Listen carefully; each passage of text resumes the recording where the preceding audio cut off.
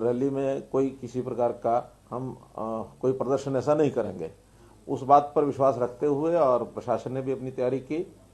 और आज मुझे वहाँ जब पहुँचना था तो उससे पहले रैली में बड़ी संख्या में लोग उपस्थित थे। लगभग 5000 से ऊपर जनता थी। और उस जनता के वहाँ पहुँचने पर सबसे पहले तो उनका आभार प्रकट करता हूँ कि वो इस कार्यक्रम में वहाँ उपस्थित हुए।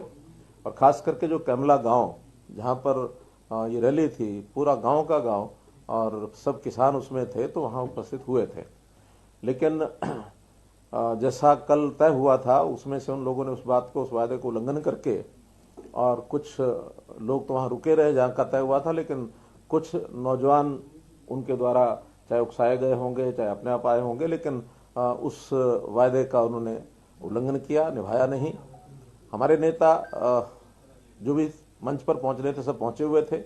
केवल मुझे वहाँ हेलीकॉप्टर लेकर उतरना था, तो हेलीकॉप्टर पर वो पहुंच गए बड़ी संख्या में, जिसके कारण से मैंने भी समझा कि क्योंकि लॉ एंड ऑर्डर की स्थिति नहीं बिगड़नी चाहिए, इसलिए सुरक्षा को ध्यान में रखते हुए और मैंने अपना हेलीकॉप्टर जो है निर्देश दे करके उनको और करनाल में उतारा।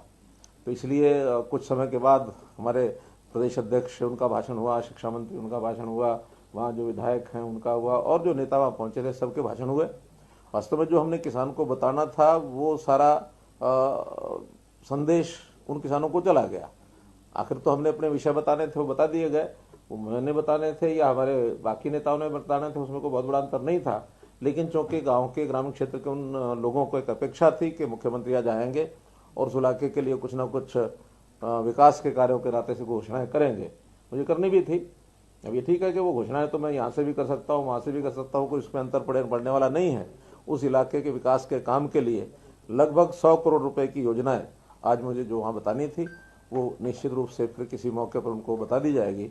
और 3 प्रोजेक्ट्स उनका उद्घाटन था 47 करोड़ रुपए का, वो भी वहाँ एडमिनिस्ट्रेशन ने या तो कर दिया होगा, नहीं तो फिर किसी मौके पर ऑनलाइन उसका मैं उद्घाटन कर दूंगा। लेकिन कुल मिलाकर के आज के इस घटनाक्रम पर इतना जरूर मैं कहना चाहूँगा कि हमारे देश में एक स्थापित लोकतंत्र है, मजबूत लोकतंत्र है। और मजबूत लोकतंत्र में हमने ये पाया है कि हमें बात कहने का अधिकार सबको है, विपक्ष को भी है, पक्ष को भी है। जो भी अपना यानी राइट टू एक्सप्रेशन के अंतर्गत जिस प्रकार का संविधान ने अधिकार सबको दिया है उसकी हम पालना करते हैं। हमने कभी भी इन तथाकथित किसानों के, किसान नेताओं के जो वक्तव्य हैं उनको कभी रोका नहीं। उनके जो आंदोलन चल रहे हैं वो चल ही रहे हैं। और उसमें तो बल्कि वहाँ पर इतनी भीड़ होने के बाद, कोविड होने के बाद भी जहाँ वहाँ इतनी भीड़ है, उसमें व्यवस्थाओं में बहुत से काम हमने किए हैं। हमने वहाँ स्वच्छता के नाते से, पानी के नाते से, वहाँ जो टेम्परेरी टॉयलेट्स है उसकी व्यवस्था की है, लाइट की व्यवस्था की है, वहाँ हेल्थ सर्विसेज को लेकर के मेडिकल फैसिलिटीज़ वो उनको दी हैं। तो ये सारे काम वहाँ किए गए हैं।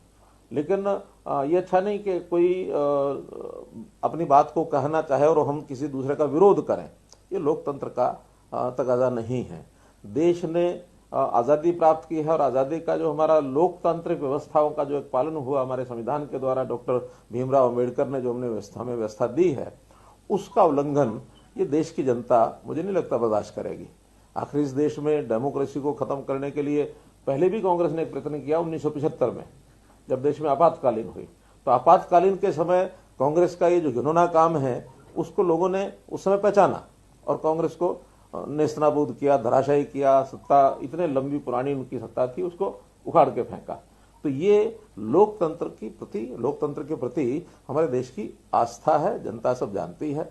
और आज के इस घटनाक्रम के कारण से तो मैं समझता हूँ जनता को वह संदेश, शायद मैं अपनी बात में से इतना संदेश न दे पाता जितना बड़ा संदेश जनता को इस घटना के कारण से हो गया है।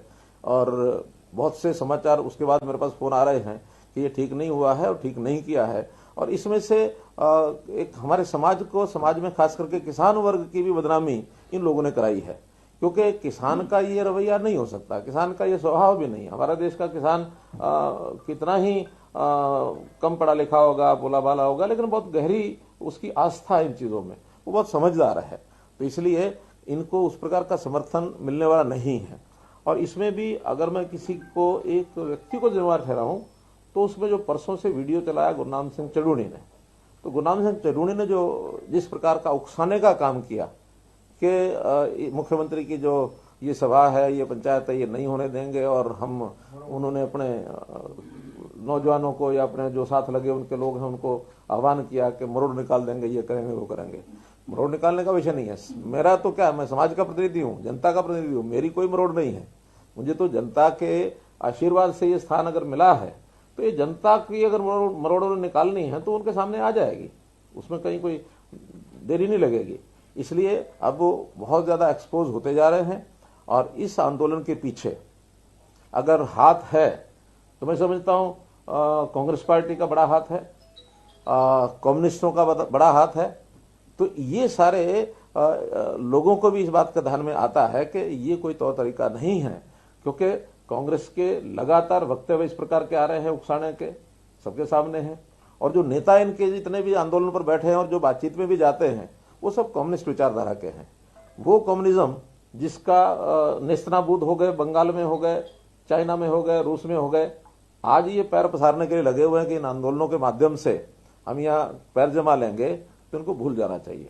तो इसलिए मित्रों, आज का ये जो घटनाक्रम है इसका मैं निंदा करता हूँ इसकी, और जिन्होंने आयोजन किया उनका मैं आभार प्रकट करता हूँ, चाहे वहाँ की जनता है, गांव की जनता है, उस इलाके की जनता है, चाहे वो कार्यकर्ता है, चाहे एडमिनिस्ट्रेशन है, मीडिया के लोगों ने भी बहुत सहयोग किया है। मीडिया ने सारी बात, चाहे प्रिंट मीडिया आज लिखेगा, चाहे इलेक्ट्रॉनिक मीडिया ने अभी तक दिखाया है, उनका सबका मैं आभार व्यक्त करता हूं। और मैं समझता हूं कि जनता को भी इसके बारे में जो जानकारी मिलेगी उसमें से निश्चित रूप से उनका एक रुख बनेगा। जहां तक किसानों के संबंध में है, ये सब बातें मैं पहले भी कह चुका हूं, दोहराने के लिए, क्योंकि आज जो कुछ मुझे वहां कहना था वो आपके माध्यम से वहां तो अवसर शायद नहीं मिला, क्योंकि स्वाभाविक है कि जब इस प्रकार की कोई दूसरी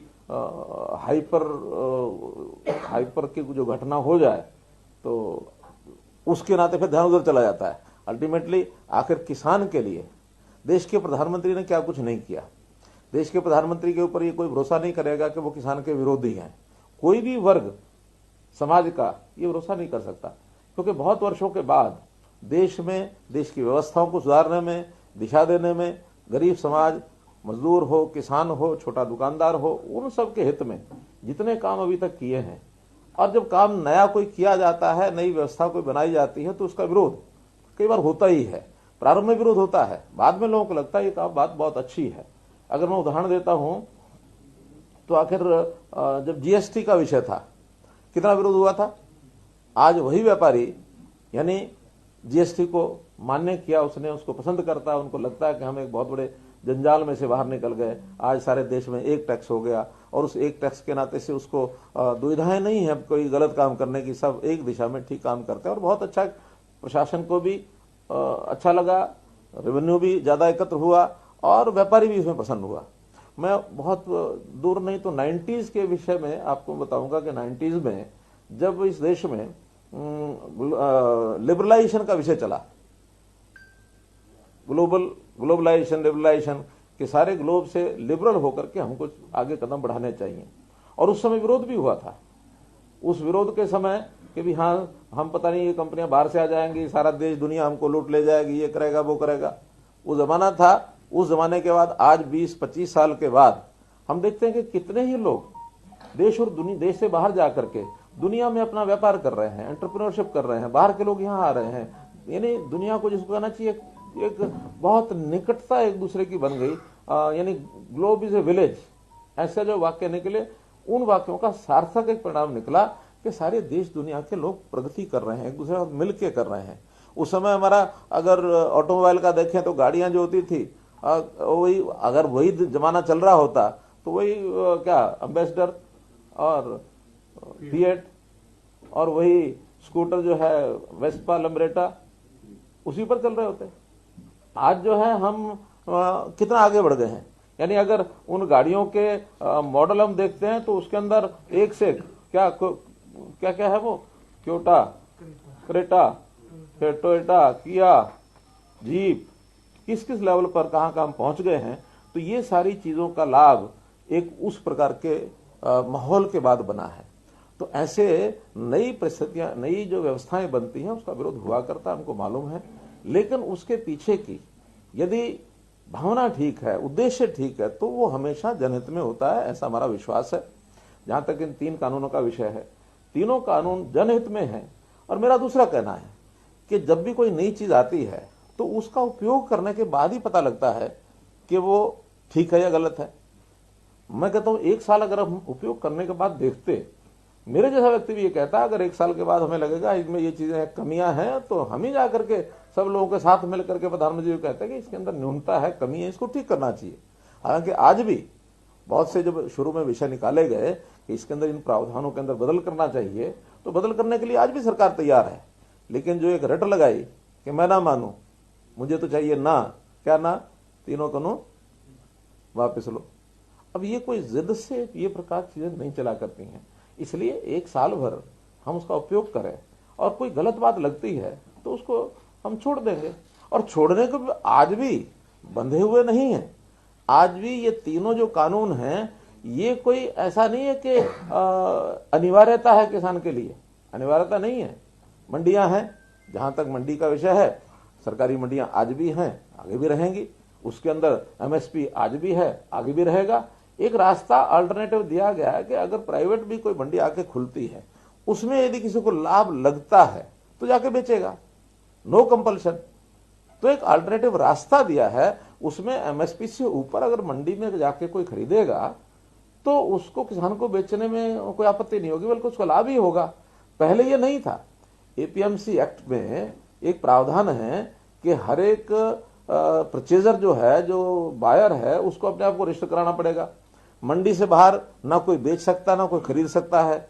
एमएसपी जो है मिनिमम सपोर्ट प्राइस नहीं, बल्कि मैक्सिमम, जिसको कहना चाहिए मैक्सिमम सेलिंग प्राइस, ऐसी उभर गई। हर किसी को लगता है ये एमएसपी है, इसके ऊपर नीचे तो करना नहीं, इसी पर खरीदना है, मामला खत्म।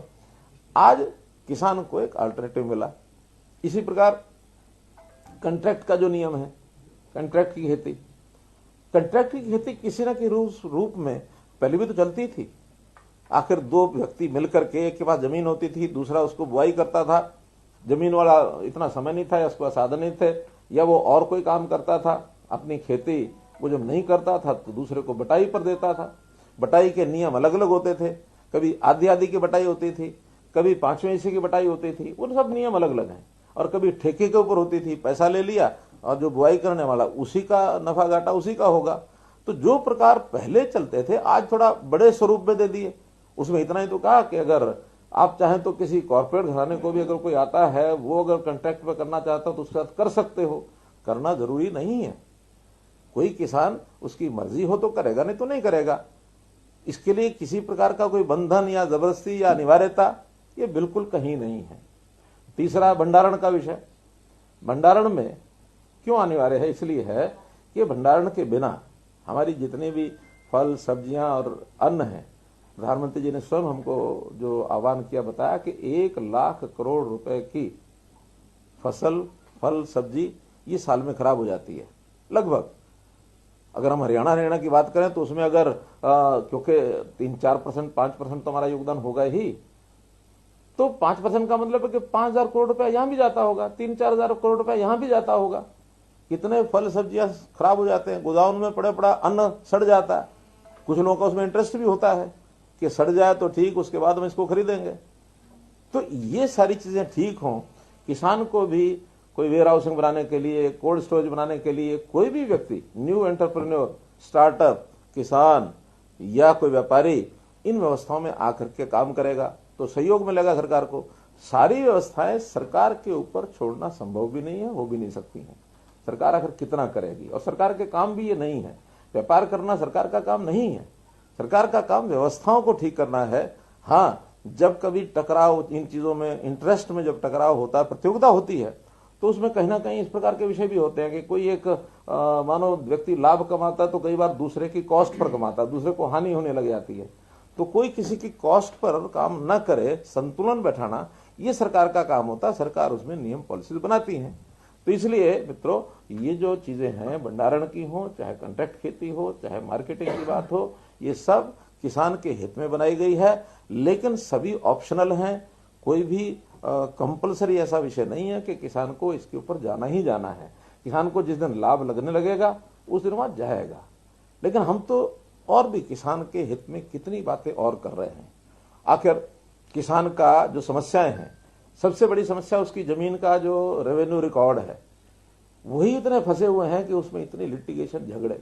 हम उस पर डिजिटलाइजेशन कर रहे हैं, उसको डिजिटलाइजेशन के माध्यम से उसको दुरुस्त कर रहे हैं ताकि उनके आपसी झगड़े पिछले खत्म हो, आगे झगड़े ना हो। कितनी जमीन खराब है, और जमीन की सीमा है हमारे यहाँ 70,000 72,000 एकड़, 70-72 लाख एकड़, ये हमारी एग्रीकल्चर लैंड है। तो उसमें से भी 8-10 लाख एकड़ खराब जमीन है, सलाइन है, एल्कलाइन है। हम उसको ठीक करने के लिए लगे हैं। हमने टारगेट रखा कि इस साल 1 लाख एकड़ हम जरूर ठीक करेंगे। तो उस 1 लाख एकड़ के लिए किसानों को आह्वान भी करेंगे। उसके साथ कुछ थोड़ा बहुत उसका भी इंटरेस्ट जागना चाहिए कि मैं जमीन ठीक कराऊंगा तो मेरी जमीन का लाभ मुझे ही होगा। तो पहले 1 लाख में कौन आगे आता है उसका हिसाब करेंगे। इसी प्रकार से कौन क्या फसल बोए, क्रॉप का, यानी उसका जो टोटल क्रॉप कितनी हो, इसके टारगेट्स हमारी आवश्यकता के हिसाब से वो हम रखने के लिए योजना बना रहे हैं। किस किसान, यानी किसान को कौन सी फसल बोने में लाभ ज्यादा है। आखिर तो किसान भी इनकम के लिए काम करता है ना, तो इनकम ज्यादा किस में हो सकती है, एक जैसी इनकम में तो सब में तो नहीं होती। तो आज हमारी आवश्यकता किस चीज की है, हमारी आवश्यकता सब्जियों की है, फल की है, मसालों की है। आज हमारी आवश्यकता यानी गेहूं की और धान की उतनी नहीं है। देश को भी जितना पैदा होता है उससे सरप्लस है। हमें रिक्वायरमेंट जो फूड सिक्योरिटी की रिक्वायरमेंट है इस साल का और 1 साल का और 2 साल का फूड ग्रेन हमारे स्टॉक में रहना चाहिए। आज 5 साल का फूड ग्रेन हमारे स्टॉक में है, इसका मतलब 3 साल और आगे तक भी रखा हुआ है। तो अगर उसको हम थोड़ा कम करेंगे, एक इक्विलिब्रियम जो है, संतुलन जो है बिठाना पड़ेगा। बाकी चीजों का आवश्यकता उसमें हम करेंगे। बहुत चीजें ऐसी जो इंपोर्ट करते हैं विदेश से। अब एक फल है मानो अंजीर, अंजीर हमारे देश में नहीं होता, हो सकता है। अभी मैंने साइंटिस्ट से पूछा, मैंने कहा अंजीर क्यों नहीं होता भाई, उन्होंने जी हो सकता है। मैंने कहा हो सकता तो करो इस बार हरियाणा में, ज्यादा नहीं तो 150 एकड़ की खेती शुरू करो, बाद में देखेंगे और ज्यादा। अभी तो सारा पश्चिमी देशों से वहीं से आता है सब। तो इसलिए और बहुत सी चीजें हैं, खजूर है बाहर से आता है, कई फल ऐसे हैं, कई सब्जियां ऐसी हैं जो हमारे यहाँ नहीं होती हैं। तो उन चीजों की खेती करके हम उन चीजों को आगे बढ़ा सकते हैं। फिर जो चीज हमारे यहाँ सरप्लस होती है उसका क्या हम उसके बाय प्रोडक्ट बना सकते हैं, क्या उसकी प्रोसेसिंग कर सकते हैं, क्या प्रोसेसिंग करके हम उसको कहीं एक्सपोर्ट करेंगे, या अगर मार्केट में बेचेंगे, जहां उसकी मार्केट है वहां उसको भेजेंगे। मार्केट भी कई प्रकार की, एक सामान्य गरीब आदमी की मार्केट है, वो तो अपना 2 समय का भोजन कर सकता है, उसको उतना उपलब्ध होना चाहिए, उसकी सिक्योरिटी उसकी होनी चाहिए। फूड सिक्योरिटी में वो सिक्योर है। फूड सिक्योरिटी में 1 रुपया 2 रुपया 3 रुपया किलो अनाज जो है वो उसको मिलता है, और वो सरकार जो है उसको प्रोक्योर करती है। प्रोक्योरमेंट करने के बाद अनिवार्यता है सरकार की, देना ही पड़ेगा। तो इसलिए वो प्रोक्योरमेंट वो तो समाप्त हो नहीं सकती। लेकिन अच्छे ऐसे लोग जो अपनी कैपेसिटी अच्छी रखते हैं, जो जिनकी क्षमता है, बाइंग कैपेसिटी है, वो खाने के अच्छे प्रकार भी खरीदते हैं। जब अच्छे प्रकार खरीदते हैं तो उसके प्रोडक्ट वैसे ही बना करके बेचे जा सकते हैं। अब आलू है 5 रुपए 10 रुपए केजी है, लेकिन आलू की जो चिप्स है बनी हुई वो 20 रुपए पैकेट से लेकर 100 रुपए पैकेट तक है। तो ऐसे ही सब चीजों के प्रोडक्ट सीधा जो है एक सीमित सीमा होती है हर चीज के उपयोग करने की, चीनी है। अब सीधी उपयोग तो नहीं हो सकती, कोई सीधी थोड़ी खाएगा, उसके प्रोडक्ट बनते हैं, आगे प्रोडक्ट बना करके आगे बेचेंगे। हमने बाजरा खरीदना शुरू किया, बाजरे का उपयोग तो हमारे यहाँ 2 लाख मीट्रिक टन का है, हमने 7.5 लाख मीट्रिक टन खरीद लिया। इसमें से प्रोडक्ट बनाएंगे हम, प्रोडक्ट बनाने के बाद इंडस्ट्री लगाएंगे, और ये इंडस्ट्री लगाने के लिए जनता को, उसमें किसान भी होगा, किसान का बेटा भी होगा, सब होंगे, उनको इसके लिए हम आह्वान कर रहे हैं, आगे बढ़ा रहे हैं। तो ये सारी चीजें यानी एग्रो बेस्ड इंडस्ट्री या किसान की आय अधिक बढ़ाने के लिए जो एलाइड जो प्रोजेक्ट्स हैं किसान के लिए, मानो खुम्बी फार्म है, मानो मधुमक्खी फार्म है, पिगरी है, ये डेयरी है, पोल्ट्री है। तो ऐसे बहुत से ऐसे प्रोजेक्ट हैं कि जिनको किसान के साथ, खेत के साथ लगाने में हम सहयोग कर रहे हैं ताकि उसकी आमदन बढ़े। सामान्य किसान और साथ में प्रोग्रेसिव फार्मर, हमने प्रोग्रेसिव फार्मर को आह्वान किया है कि आप आइए आगे, अपने जैसे 10 किसान और बनाइए, हम आपको सहयोग करेंगे। हमने कंपटीशन पैदा करने के लिए उनकी सम्मान योजना एक बनाई है ताकि किसान आगे आए। पानी की आवश्यकता के लिए हम कर रहे हैं, लखवार डैम है, रेणुका डैम है, किसाऊ डैम है, इसके ऊपर हम काम कर रहे हैं। एसवाइल का लड़ाई चलेगी, चलती रहेगी, कब सफलता मिले कब ना मिले, लेकिन जो कुछ नए प्रोजेक्ट्स हैं वो भी तुम कर सकते हैं। फिर जितना पानी है उसके लिए हम मानो माइक्रो इरिगेशन के प्रोजेक्ट, ताकि कम पानी में ज्यादा सिंचाई हो जाए। हर खेत को पानी पहुंचाने का काम ये हमने शुरू कर दिया, उसका रजिस्ट्रेशन अब शुरू हो जाएगा। 4 जिले छांटेंगे, इन 4 जिलों में आने वाले साल भर के बाद कोई 1 एकड़ भी नहीं बचेगा सिंचाई के लिए जो रह गया हो। उसके लिए उस प्रकार के बड़े प्रोजेक्ट बनाएंगे, पीपीपी प्रोजेक्ट बनाएंगे, सोसाइटीज बनाएंगे, सरकार मदद करेगी। 85% हम उसमें सब्सिडी दे रहे हैं। तो ऐसे कितने ही काम हमारे एजेंडे में हैं। किसान की फसल ठीक से बिक जाए, उसका ठीक से रिकॉर्ड ठीक बन जाए, मेरी फसल मेरा ब्यौरा, ये हमने शुरू किया। आज हर किसान को जिस दिन उसकी बारी आती है उसको SMS पहुंच जाता है, कल तुमने फसल लेके आनी है। नहीं तो हमने देखा मंडी में 4-4 दिन 5-5 दिन ट्रॉली लेके जाते थे, किसानों को मंडी में सोना पड़ता था। अब किसान को मंडी में सोने की आवश्यकता नहीं है। पेमेंट पहले आड़ती के थ्रू आती थी, इस बार 52% ऐसे किसान हैं जिनको सीधी उनके अकाउंट में पेमेंट गई है। सिर्फ 48% ने जिन्होंने कहा कि हमारी पेमेंट आड़ती के थ्रू दे दो, उनको आड़ती के थ्रू दे दी, कोई समस्या नहीं आई। पहली बार किसानों के खाते में सीधा लाखों रुपया गया है। किसान की इनकम कैसे बढ़े, हमारा ध्यान इधर है। किसान अपना काम चलाने के लिए लोन लेता है, ब्याज के उसमें कर्जे में दबा रहता है, और इतना दबाव होता है उसको पता नहीं लगता कि मेरी इनकम गई कहां, और फिर वो कर्जा जो है बरकरार रहता है। फिर नारे लगते हैं, पॉलिटिकल पार्टियां नारे लगाती हैं, क्या कर्जा माफ करो, कर्जा माफ करो, और सरकारें जो करती हैं माफ कभी कर नहीं पाती हैं। कांग्रेस के चुनाव में उन्होंने राजस्थान में, मध्य प्रदेश में, दोनों जगह कहा कि हम कर्जा माफ कर रहे हैं। आज हिसाब उठा के देख लो, नहीं कर पाए। हमने हालांकि आने के बाद 3.5 लाख किसानों का ब्याज और पेनल्टीज वो माफ की, 1000 करोड़ रुपए से ऊपर ये हमने माफ किया। क्योंकि अगर ब्याज कर और वो तो छोड़ सकते हैं हम, लेकिन अगर उसका जो मूलधन है वो छोड़ा है तो जो एजेंसियां हैं फाइनेंस करने वाली, बैंक हैं, वो डूब जाएंगे या सरकार से भरना पड़ेगा। तो हम क्यों ना ऐसे प्रयत्न करें कि कर्जे की बजाय उसकी इनकम बढ़े। आखिर तो ताकतवर किसान बनेगा अपनी इनकम से, कर्जे से और कर्जे माफी से नहीं। तो उसकी इनकम बढ़ाने के लिए हम लगातार प्रयत्न कर रहे हैं। यही प्रधानमंत्री हैं जिन्होंने किसान की आय डबल हो इसकी घोषणा की, उस पर काम कर रहे हैं। यही प्रधानमंत्री हैं जिन्होंने 6,000 रुपया सीधा हर किसान के खाते में हर साल डालेंगे 3 किस्तों में, वो डाल रहे हैं। हमने भी 4 लाख गरीब परिवारों को मुख्यमंत्री परिवार समृद्धि योजना के अंतर्गत 4,000 रुपया दिया है साल का, चाहे वो कोविड के दिनों में ही हमने दिया। उस योजना को हम आगे बढ़ाएंगे। बहुत ऐसे विषय हैं जिसको हम कर रहे हैं। अब परिवार पहचान पत्र का काम हमारा पूरा होते ही 31 मार्च को हम 1 लाख परिवारों की आमदन कैसे वो 1 लाख से ऊपर हो जाए। अब पता नहीं कितने निकलते हैं 1 लाख, जो लोवेस्ट इनकम के परिवार कितने और किस सीमा तक निकलेंगे वो एक आंकड़ा आएगा। हो सकता है बहुत कम निकले, तो फिर 1 लाख से ऊपर भी बढ़ सकते हैं। किसान को कम से कम, हर एक किसान को कम से कम 1 लाख की आय जरूर हो जाए। छोटा भी किसान है, 1 एकड़ का, आधे एकड़ का, उसको अन्य रोजगार क्या कराया जाए, इस पर हमारी प्लानिंग बन रही है। तो हम लोग लगातार गरीब, किसान, मजदूर दिन रात काम करते हैं। लेकिन ये जो सारा सिलसिला चल पड़ा है भ्रमाने का, किसान को भ्रम में डालने का। अब किसान विरोधी, ये ठीक है, मैं उनको भी किसान विरोधी नहीं कह सकता। किसान के हम भी समर्थक हैं, वो लोग भी जो तथाकथित ऐसे किसान नेता वो भी समर्थक हैं। हम भी चाहते हैं उनकी आय बढ़े, वो भी चाहते होंगे आय बढ़े। हम भी चाहते हैं किसान अन्नदाता, हम भी कहते हैं अन्नदाता है, वो भी कहते हैं किसान अन्नदाता है। इसमें अंतर कहीं नहीं है। अंतर है तो सिर्फ ये 3 कानून का समर्थन या इसका विरोध। कभी भी कोई समर्थन विरोध जो होता है वो बैठ करके बातचीत से सुलझाया जाता है। तो बातचीत के ऊपर सुलझाने के लिए अगर वो आगे आते हैं, किसी को कोई आपत्ति नहीं है। लेकिन एक अब शब्द अगर मैं गलत प्रयोग करूंगा तो उनको चुभ जाएगा, लेकिन इस प्रकार का एक जिसको कहना चाहिए एक अधेरगर्दी, ये कभी भी समाज में चलती नहीं है। कोई समाज स्वीकार नहीं करेगा। तो आज तो मैं फिर एक दोबारा से निवेदन करूंगा कि इस प्रकार की हरकतों को छोड़ देना चाहिए। लोकतंत्र में सबको पूरा अधिकार है, सबको अपनी बात कहनी चाहिए। किसी का भी कोई मूछ ऊंची नीची नहीं होती है। जब हम सब कर रहे हैं उनको भी इस प्रकार से करना चाहिए।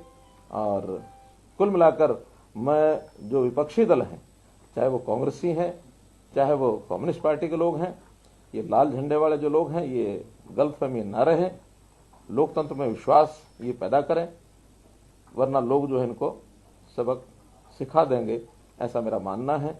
हाँ, मुझे आज के इस कार्यक्रम में जितनी बात ध्यान में थी आपको कही है, और मैं फिर कहता हूं कि आज के इस कार्यक्रम का जो संदेश जाना चाहिए था, मुझे लगता है मेरी बात वहां करने की बजाय शायद अब ज्यादा ही गया है। आज के इस समय की मेरी बातचीत को जितना लोगों ने रिसीव किया होगा शायद उस समय ना करते। और मैं आग्रहपूर्वक कह रहा हूं कि इस देश की परंपराओं में विश्वास रखें, किसान का वास्तविक हित किस चीज में है इसके ऊपर थोड़ा चर्चा करें, और एक बार लागू होने के बाद किसी प्रकार का कोई नुकसान होता नजर आएगा तो स्वयं चाहे देश के प्रधानमंत्री हैं, चाहे देश के कृषि मंत्री हैं, चाहे होम मिनिस्टर हैं, चाहे प्रदेश की सरकारें हैं, सब उसको मानेंगे कि इसमें बहुत बार बदलाव होते हैं। संविधान हमारा बना 1952 में 51 में, उसके बाद उसमें 100 से ज्यादा अमेंडमेंट हो चुके हैं। कितनी पॉलिसीज हमारी बदलती हैं। कभी एपीएमसी एक्ट किसान के हित में बताया गया था 80s में, लेकिन वही एपीएमसी एक्ट में संशोधन सब तरफ से आया है कि संशोधन करना चाहिए। हम भी कहते हैं, वो भी कहते हैं, कांग्रेस ने भी कहा है। और इन 3 कानूनों का प्रस्ताव अगर रखा गया तो ये कांग्रेस के टाइम पर रखा गया है। कांग्रेस क्योंकि कभी भी जो चीज को आगे बढ़ाना चाहती है तो उसमें हिम्मत नहीं होती आगे करने की, क्योंकि कांग्रेस के बारे में पहले जैसे कह चुका हूं कि कांग्रेस एक यथास्थितिवादी पार्टी है। कभी भी कुछ नया करने में उन्हें हिम्मत नहीं होती, डर लगता है उनको। और फिर जब डर लगता है, बाद में जब वो काम हो जाता है तो उनको एक और खतरा महसूस हो जाता है, हम तो नहीं कर पाए, ये कैसे कर गए। फिर उसके लिए समाज के वर्गों को, भिन्न भिन्न वर्गों को उसमें भय पैदा करना, और ये भय पैदा करके इस प्रकार का वातावरण बनाना, ये सब उनका बहुत समय से पहले से ही ऐसा वातावरण रहा है। क्योंकि इन्होंने 370 के समय भी यही किया, इन्होंने राम जन्मभूमि के समय यही किया, इन्होंने CAA के समय यही किया, आज भी यही कर रहे हैं। तो इसलिए न करें, क्योंकि इस लोकतंत्र में आस्था हमको तो रखनी है, उनको भी रखनी ही होगी। नहीं रखेंगे तो जनता उखाड़ के फेंक देगी। मुझे इतना बात करना। आगे भी प्लान की जाएगी क्या? और आगे आज जो पंचायत प्लान थी वो आगे जारी रखी जाएगी? हमारी पार्टी के लोग इस पर निर्णय करेंगे। सीएम साहब, किसान लगातार ही कह रहे हैं कि जब भी हम पहले दिल्ली की ओर गए तब भी हम पर वाटर कैनल और टीयर गैस का इस्तेमाल किया गया, आज भी टीयर गैस और वाटर कैनल का इस्तेमाल किया गया। मुख्यमंत्री ऐसा लग रहा है कि किसान विरोधी। नहीं तो आपको क्या लगता है कि ऐसी छूट कुछ भी दे दी जाए, कुछ भी करें? हम यहाँ बैठे अपना ये प्रेस कॉन्फ्रेंस कर रहे हैं और बाहर कोई 100-200 लोग आ जाए, हम तो आपको प्रेस कॉन्फ्रेंस को डिस्कस सब करेंगे। हम तो शांतिपूर्वक जा भी रहे थे, और नहीं, शांति इंटेलिजेंस फेलियर है। नहीं, कोई फेलियर नहीं है, कोई फेलियर नहीं है। 2 दिन पहले से पता लग गया था, उनसे बैठ के बातचीत हुई थी, और बातचीत होने के बाद वहां फोर्स भी थी। आखिर उस फोर्स नहीं तो उनके ऊपर, लेकिन एक विश्वास होता है, जो विश्वास किया गया तो विश्वासघात कोई करेगा तो उसके साथ कुछ तो करना पड़ेगा। तो आप मानते हैं कि सरकार किसानों को समझा पाने में असफल नहीं? कोई असफल नहीं है। समझ ही नहीं पा रहे हैं। अरे मैं करूं, कोई असफल नहीं है। हमने अपनी बात समझा दी ना, और इतनी घटना के बाद तो ज्यादा अच्छे प्रकार से समझा दी। शायद अगर ये घटना नहीं होती तो मैं आपके माध्यम से सारे देश दुनिया को बता ही नहीं पाता, ये वहीं से आपको खबर लेनी पड़ती। इसलिए इसमें कोई समस्या नहीं आई है, किसान समझ रहा है, और बहुत थोड़ी संख्या में कम लोग जो हैं इसके ऊपर एक। और फिर दूसरा मेरा कहना है, किसान की समस्या है ही नहीं जिसके ऊपर ये बात कर रहे हैं। राजनीति है, शुद्ध राजनीति है, और इस शुद्ध राजनीति में जो फोर्सेस पीछे लगी हुई है मैंने आपको बता दिया, नाम लेके बता। ऐलान किया हुआ है कि 26 को हम दिल्ली भी जाएंगे, देखिए, हजारों की तादाद में पैदल जाएंगे। 26 को किसी पार्टी का कार्यक्रम नहीं है। 26 अगस्त एक राष्ट्र गौरव का दिन होता है हमारे। 26 जनवरी, हाँ, 26 जनवरी एक राष्ट्र गौरव का दिन होता है। तो इस राष्ट्र गौरव के दिन में किसी की राजनीति नहीं होती है, और उसको भी अगर वो राजनीति उपयोग करेंगे तो ये बहुत ही मतलब एक शर्म का विषय होगा इस देश के लिए। दुनिया क्या देखेगी, क्या कहेगी। इसलिए इस विषय पर मुझे ऐसा नहीं लगता कि 26 जनवरी को इस प्रकार की हरकत वो करें। आपने एक नाम लिया, गुरनाम सिंह चटर्जी का पर्टिकुलर नाम लेके बोला है, तो कोई फिर केस दर्ज करवाएंगे कोई उकसाने का और का देखिए, वो एडमिनिस्ट्रेशन जिनके जिम्मे काम है उस सारी स्थिति को देखने के लिए अध्ययन करेंगे, लेकिन कुल मिलाकर के वीडियो तो आपने भी देखा है, मैंने भी सुना है।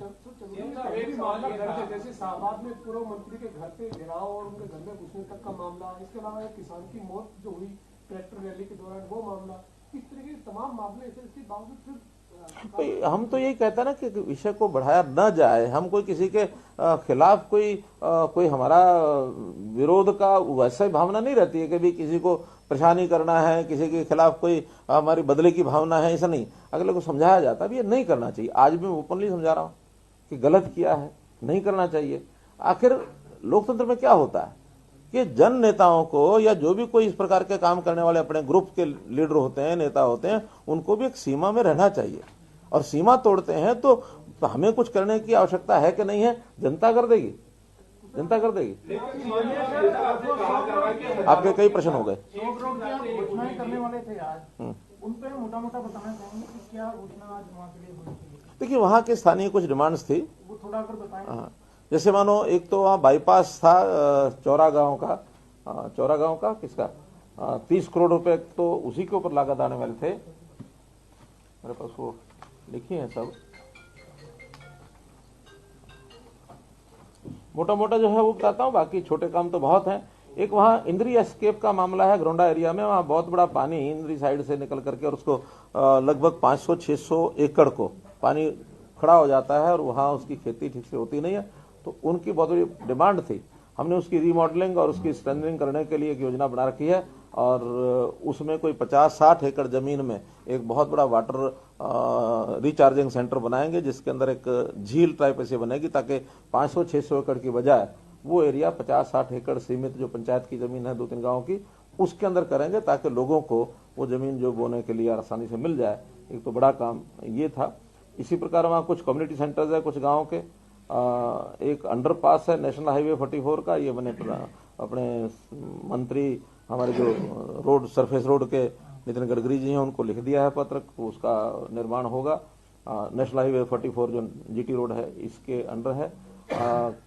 एक गर्ल्स स्कूल की वहाँ की चौरा के पास एक गर्ल्स स्कूल के निर्माण की बात है। इसी प्रकार से एक block level training centre self help groups के लिए ऐसी एक वहाँ की मांग है, वो हमने उसमें उनको बता दिया है कि वो हम करेंगे। कुछ गांव के कम्युनिटी सेंटर हैं लगभग 10 गांव के, वो उनको कर देंगे हम उनके लिए। 10 गांव में इसी प्रकार से जो योग कम व्यायामशाला, जिसमें से एक बड़े गांव का कोई जहां 5-6 एकड़ जमीन हो गई उसमें स्टेडियम और बाकी जगह में व्यायामशाला आसपास के जो गांव हैं ये सब करेंगे। कुछ 8 गांव के स्कूलों की नई बिल्डिंग बहुत पुरानी हो चुकी है, वो हमने मंजूर की है। एक हैफेड का कोल्ड स्टोरेज बस्ताड़ा गांव में, ये लगभग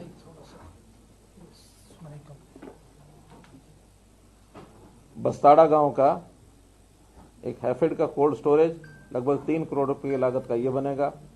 घरोंडा में एक एचएसवीपी का सेक्टर, इसके बनाने की योजना बन गई है, जमीन वहां ले ली गई है। चौड़ा गांव का जैसे मैंने बाईपास बताया 30 करोड़ रुपए का खर्च उसका आएगा। इंद्री एस्केप के ऊपर एक पुल बनेगा इरिगेशन डिपार्टमेंट का। कुछ वेटरनरी बिल्डिंग्स हैं, वेटरनरी जो हॉस्पिटल्स और उनकी जो डिस्पेंसरीज हैं उसमें 5 जगह पर उनकी बिल्डिंग्स की रेनोवेशन होगा।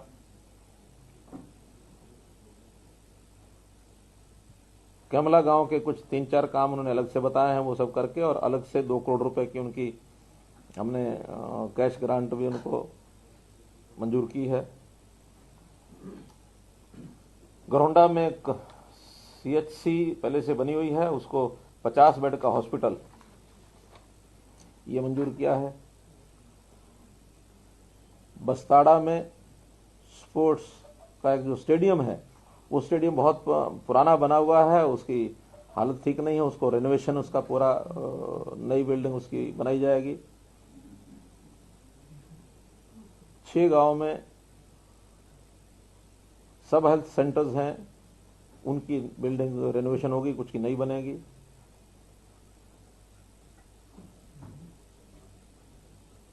कुछ रोड्स हैं छोटी बड़ी।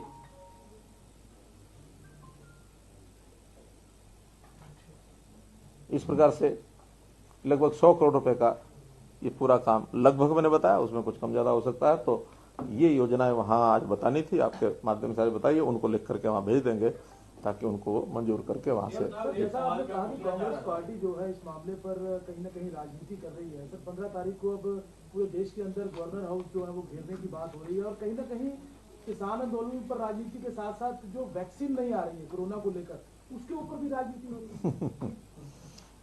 इसमें हंसने के अलावा और कोई बात नहीं है। बस कोविड का ये वर्ष न केवल अपना प्रदेश देश बल्कि दुनिया का, और उसमें भी एक मानवता के अगेंस्ट एक प्रकार की एक संकट आया है। उस संकट के ऊपर भी इनको सहयोग देने के बजाय इस प्रकार की बातें सूझती हैं। ये कोई भारतीय जनता पार्टी का कार्यक्रम नहीं है, ये कोई किसी एक व्यक्ति का कार्यक्रम नहीं है। यानी इतनी बड़ी बीमारी फैली है, उसको किसी न किसी प्रकार से सब देश काबू करने में लगे हैं। बल्कि अच्छी बात तो यह है कि वैक्सीन का जो एक रिसर्च जो है जो अपने देश में हो रहा था, उसी के ऊपर आधारित होकर के ये प्रोग्राम आगे बढ़ा है। और उस वैक्सीन के 2 प्रकार की वैक्सीन हमने उसकी जो मंजूरी मिली है, उसके आधार पर अब इतनी बड़ी संख्या में भी नहीं बन पाएगी कि सारी दुनिया सारे देश को एक साथ दी जा सके। उसके लिए फेजेस बनाए हैं। सबसे पहला फेज में रखा है कि जो हमारे वर्कर्स हैं, फ्रंट लाइनर्स, कोविड वॉरियर्स जिनको कहा है, हमारे यहाँ प्रदेश में लगभग 1.5 लाख वर्कर है वो, तो सबसे पहले उनको करेंगे। फिर उसके बाद आगे एज वाइज या कुछ कैटेगरी वाइज करते हुए कोशिश रहेगी कि ज्यादा ज्यादा लोगों को वो उसका कोरोना का यानी इसका जो वैक्सीन है इसका लाभ पहुंचाया जा सकता है कि इस बीमारी का ये चक्र है, ये साइकिल है, ये हम कैसे तुड़वा सकें। मैं समझता हूँ आज के विषय तक अगर हम सीमित रहेंगे तो ज्यादा अच्छा, वरना फिर एक सवाल है कि कोरोना वैक्सीनों की हरियाणा में फ्री लगाई जाएगी या इसके भी पैसे लिए जाएंगे? देखिए अलग अलग प्रकार इसके आएंगे। गरीब आदमी को फ्री मिलेगी, और जो आउट ऑफ टर्न अगर लेना चाहेंगे, क्योंकि इसका खर्च तो काफी आएगा, जो खर्च आएगा उसको सब्सिडाइज करने के लिए अगर कुछ लोग सहयोग करेंगे तो अच्छा ही होगा। सीएम साहब, जैसे आज घटना घटी है, ऐसी आगे घटना ना घटे इसके लिए आज जो सरकारी काम में बाधा पहुंचाई गई है, क्या मामले भी दर्ज किए जाएंगे? देखिए पहला काम अपील करना, हमने अपील की है, और अपील में से चीजें रुक जाएं तो ज्यादा अच्छा होता है। हाँ, आप कुछ बोल रहे थे? सर, 2 चीजें, एक तो वैक्सीन के बारे में कि पीछे बात चली थी कि हरियाणा से कुछ लिखकर जो मंत्री हैं या इस कैटेगरी में है उनको पहले एक देखिए एक भावना थी कि लोग ज्यादा एक्सपोजर होता है, कोई बड़ी आवश्यकता होती है ऐसा नहीं है। आखिर एक्सपोजर में जिसको एक्सपोजर ज्यादा होता है, जैसे अब जो हमारे कोरोना वॉरियर्स हैं उनको पहले क्यों रखा गया कि उनका एक्सपोजर ज्यादा है, उस प्रकार के केसेस को डील करते हैं। जनता में घूमने का एक्सपोजर जो है वो पॉलिटिकल लोगों का कुछ ज्यादा होता है, लेकिन फिर भी अब उसके ऊपर हम कोई बहुत रिजिड ऐसा नहीं है। जब भी कभी बारी आएगी तो दूसरी तीसरी बारी में जो 50 वर्ष के ऊपर के हैं, एज वाइज जो ग्रुप बना है 50 वर्ष से ऊपर का शायद प्राथमिकता देंगे, काफी लोग तो उसमें आ ही जाएंगे। हमको इसको सेलिब्रेट करने के लिए कर रहे हैं थोड़ी, कभी आप इसमें पॉलिटिकल लीडर को आगे लगना ही चाहिए। आवश्यकता के हिसाब से ही कहा है वो, और कुछ नहीं।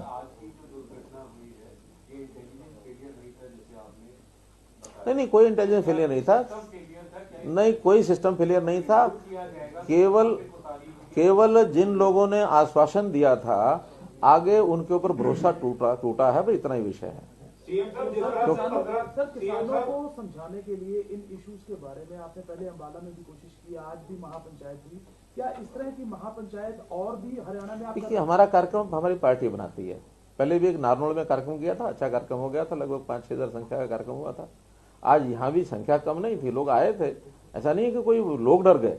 वो तो केवल कुछ शरारती लोगों ने हेलीपैड पर आकर के शरारत की। मैं तो वहां पहुंच ही गया था, बाद में मुझे सूचना मिली कि यहाँ हेलीपैड पर ठीक व्यवस्था नहीं, तो हालांकि अगर मैं कहता नहीं मैंने आना है तो कुछ तमाशा हो जाता, कुछ और ज्यादा नुकसान होता। आखिर लोग तो अपने ही हैं, कोई हमारे दुश्मन नहीं है। यानी कोई मती में दूसरी बात आ जाए किसी के तो उसको समझाने का ही काम होता है, दंड दे करके कोई समझने वाला नहीं है। हमारे ही लोग हैं, वो सारे इसी प्रदेश के हैं। सीएम साहब, जिस तरह से मंत्रियों की बातचीत चल रही है, केंद्रीय मंत्रियों की भी चल रही है, और बातचीत का कोई ना कोई चलो नतीजा तो निकलेगा ही निकलेगा। 26 तारीख को गणतंत्र दिवस है, यदि हरियाणा का मैंने किसान- बात पहले बता दी है वो। हरियाणा के किसान गणतंत्र दिवस मनाने के लिए यदि दिल्ली जाएगा तो उसको इजाजत दी जाएगी? मैंने आपको बता दी वो राष्ट्रीय कार्यक्रम है और राष्ट्रीय उत्सव है रादर। तो राष्ट्रीय उत्सव जो होता है तो उसी भावना से ही किया जाता है, उस भावना से मनाएगा तो कोई कहीं जाए, लेकिन भावना अगर उलट हुई तो फिर वो ठीक नहीं है।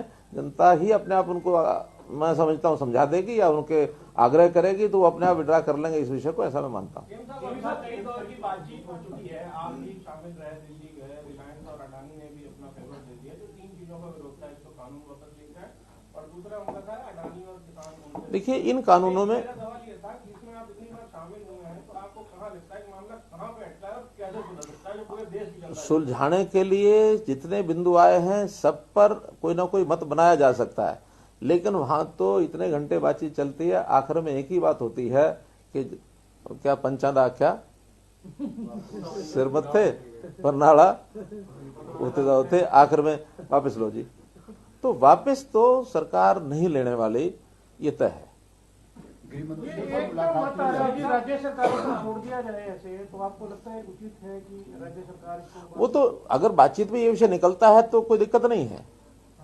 अगर राज्य सरकार भी छोड़ेंगे तो राज्य सरकारों ने कुछ तो नियम पहले से उसमें बदलाव करने होंगे, कुछ नई बातें करनी होगी तो किसी नए स्वरूप में भी हो सकती हैं, उसी में संशोधन किए जा सकते हैं। लेकिन कहीं ना कहीं आपसी बातचीत में होगा तो एक विषय को छोड़कर बाकी सब चीजें डायलॉग के माध्यम से हो सकती हैं। एक चीज क्या कि एज इट इज उसको विड्रा करो, ये मुझे नहीं लगता कि सरकार विड्रा करेगी। आपका जब आज विरोध हुआ उस मामले में भी पहले बार तक कांग्रेस के नेता लगातार एक ही बात कह रहे हैं विरोध के बाद कि अविश्वास में आ चुकी है सरकार और सेशन बुलाकर अपना बहुमत।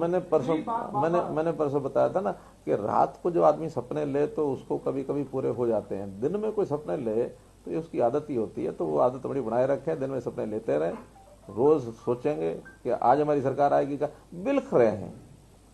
अब जो कोई बिलख रहा हो तो उसकी बिलखत में से चीज निकलती हो तो निकलती रहे। सर एक सवाल था, किसान जब आए शंभू बॉर्डर से जब दाखिल हुए थे तब बैरिकेड लगाए गए थे और किसानों ने एक मैसेज देने की कोशिश की थी कि सरकार ने रास्ते रोक दिए, अब हम शांतिपूर्वक ढंग से अपना प्रदर्शन कर रहे हैं। उनका प्रदर्शन चलते हुए भी 1.5 महीने से ऊपर हो चुका है और वो एक परिचय देने की कोशिश कर रहे थे कि शांतिपूर्वक प्रदर्शन हो। लेकिन पिछले दिनों से जो एक्टिविटी देखने के लिए मिली है, कभी मंत्री का विरोध, कभी आपका विरोध, और अब कहीं ना कहीं वो तोड़फोड़ पर भी आ गए हैं। आंदोलन की दिशा कहाँ जा रही है? और जो एक सवाल साथी ने पूछा था कि 26 जनवरी को वो जाने दिया जाएगा, तो ऐसी हरकतों के बाद क्या भरोसा किया जा सकता है किसानों की किसी बात पे उन्हें आगे इजाजत देने को लेकर? देखिए, एक होता है शांतिपूर्वक आंदोलन, वो शांतिपूर्वक आंदोलन करें। आंदोलन का मतलब होता है कि धरना देना, कहीं अपनी सभा करना, अपनी बात कहना, समझ में आता है। किसी दूसरे के कार्यक्रम में विरोध पैदा करना ये आंदोलन का हिस्सा नहीं होता है। आंदोलन का हिस्सा तो वहीं तक सीमित है कि भी आप अपनी बात रखिए, अपना धरना दीजिए, अपना जुलूस निकालिए, अपनी भाषा जो बोलनी है बोलिए, अखबार में जाइए, मीडिया में जाइए, कुछ करिए। लेकिन कोई आदमी आपके विरोध में कोई और बात कह रहा तो उसको हम बोलने नहीं देंगे, ये आंदोलन का हिस्सा नहीं होता है। एक सवाल था, जिस ढंग से एग्रेसिव है इस मामले में, कृषि कानूनों के मामले में, तो क्या लगता है कि इस बार पंचायत चुनाव इस 3 कानूनों के मुद्दे पर ही होंगे? ऐसा मुझे नहीं लगता। पंचायती राज का अपना एक सिस्टम होता है, तो पंचायती राज में वहां के विकास की बात होती है, बाकी सब होती है। ये तो एक जनरल विषय है, मैं समझता हूँ। और अगर है तो ये केंद्र सरकार के नाते से विषय है। आखिर केंद्र सरकार ने कानून बनाया तो कोई विषय आएगा तो केंद्र सरकार में आएगा, अब इस समय कोई आएगा ऐसा मुझे नहीं लगता। एक सवाल है कि अमित शाह जी के साथ आपकी बैठक हुई, जिसके बाद आपने कहा कि आने वाले जो मीटिंग होनी है किसान और सरकार के बीच में, उसमें फैसला आ जाएगा और किसानों के हाथ में मैंने फैसला आ जाएगा ऐसा नहीं है। मैंने देखकर आपको क्या लगता है? नहीं, मैंने तो आशा व्यक्त किया कि मुझे आशा है कि ऐसी जब आपस में बैठ के बातचीत होती है तो कहीं ना कहीं बात आगे बढ़ती है। मुझे जो पूछा कि वो तो कह रहे नहीं मानेंगे और फिर भी बातचीत, मैंने कहा ये बातचीत जब तय होती है उस समय अगर एक ही मुद्दे पर नहीं मानेंगे यही होता तो बातचीत आगे की डेट रखने की विषय ही नहीं था। तो फिर तो कई बार ही हो चुकी है, इसलिए कहीं ना कहीं बातें नजदीक पहुंच रही होंगी तभी आगे डेट रखी गई होगी। अंतिम सोशल जी बस इनेलो ने आरोप लगाया है, इनेलो ने अभी आरोप लगाया है कि बीजेपी ने अपने ही लोगों से लाठियां बरसवाई किसानों के ऊपर और आपस में भिड़वाए हैं। चलो ये उसके कहने का असर नहीं पड़ता कोई। जैसे बॉर्डर पे बैठे हैं किसान, आपने कहा सुविधाएं दी जा रही है, क्या अभी जो कुछ किसानों की जान चली गई है उनके लिए कुछ आर्थिक सहायता की कोई योजना है? देखिए, कुल मिलाकर के जिन्होंने उकसाया हुआ है उनको उकसाना नहीं चाहिए। इस आंदोलन को यहीं पर समाप्त करना चाहिए, ताकि जो किसान बेचारे ठंड में बैठे हैं, जिनकी जानें जा रही हैं, ये जो सारा अगर इसका दोष किसी के सिर पर मैं बढ़ूंगा तो जो लोग उकसा रहे हैं ये उनके ऊपर है। जो लोग इस प्रकार की भाषा बोलते हैं, जो चीज़ों को सॉल्व नहीं होने दे रहे, ये जिम्मेदारी उनकी है। धन्यवाद।